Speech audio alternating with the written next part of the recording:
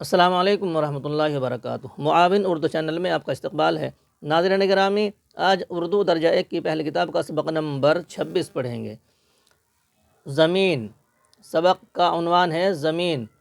Number 1، زمین کیا چیز ہے؟ یہ پوچھنے کا، معلوم کرنے کا نشان ہے۔ اس کو سوالیہ نشان کہتے ہیں۔ یہ ہی جس پر ہم سب بستے ہیں، اس کا کامہ بولتے ہیں۔ یہ یہاں پر یہ بھی رکنے کا نشان ہوتا ہے۔ چلتے پھرتے ہیں، رہنے کے لیے مکان بناتے ہیں۔ نمبر 2، دیکھو زمین پر ہرے ہرے پیڑ اگے ہوئے ہیں، کوئی چھوٹا ہے کوئی بڑا، ان میں سے بعض آدمیوں نے بوئے یا لگائے ہیں۔ نمبر 3، جاؤ گیلی زمین میں سے 3-4 پیڑ تو اکھیڑ لاؤ، مگر دونوں طرح کے لانا، ایسے بھی جو آپ سے اگے ہوں اور ایسے بھی جو بوئے ہوئے ہوں۔ اچھا، اب ہر ایک کا نام بتاؤ۔ یہ رکنے کا، ٹھہرنے کا نشان ہوتا ہے، جو الف کے نیچے ایک نقطہ بنا رہتا ہے۔ ایک کا نام بتاؤ، یہ ہمارے کس کام آتا ہے؟ پھر یہاں سوال کا نشان آیا، یعنی پوچھا جا رہا ہے، اس لیے یہاں یہ نشان لگایا گیا۔ اس کو سوالیہ نشان کہتے ہیں۔ اس سے ہم کو کیا چیز حاصل ہوتی ہے؟ 2 چیز پوچھی گئی ہے، 2 بات پوچھی گئی ہے، دونوں کے لیے سوالیہ نشان لگا دیا گیا ہے۔ کسی کا پھل کھاتے ہیں، کسی کا غلہ حاصل ہوتا ہے۔ کسی سے غلہ حاصل ہوتا ہے، کسی سے روئی، کسی سے ریشہ۔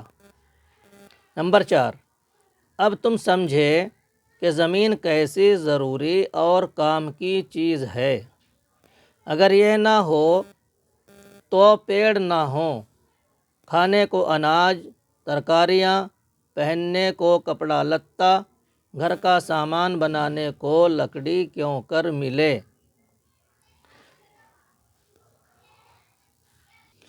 یہاں پر مصنف علیہ الرحمہ نے معلمین حضرات کے لیے یہاں پر نوٹ لکھا ہے۔ معلمین حضرات اس کو پڑھیں اور بچوں کو سمجھائیں۔ نوٹ: زراعت ایک عملی فن ہے۔ عمل آنکھ سے دیکھنا اور ہاتھ سے کرنا لازم ہے، صرف کتابوں کے پڑھنے سے نہیں آ سکتا۔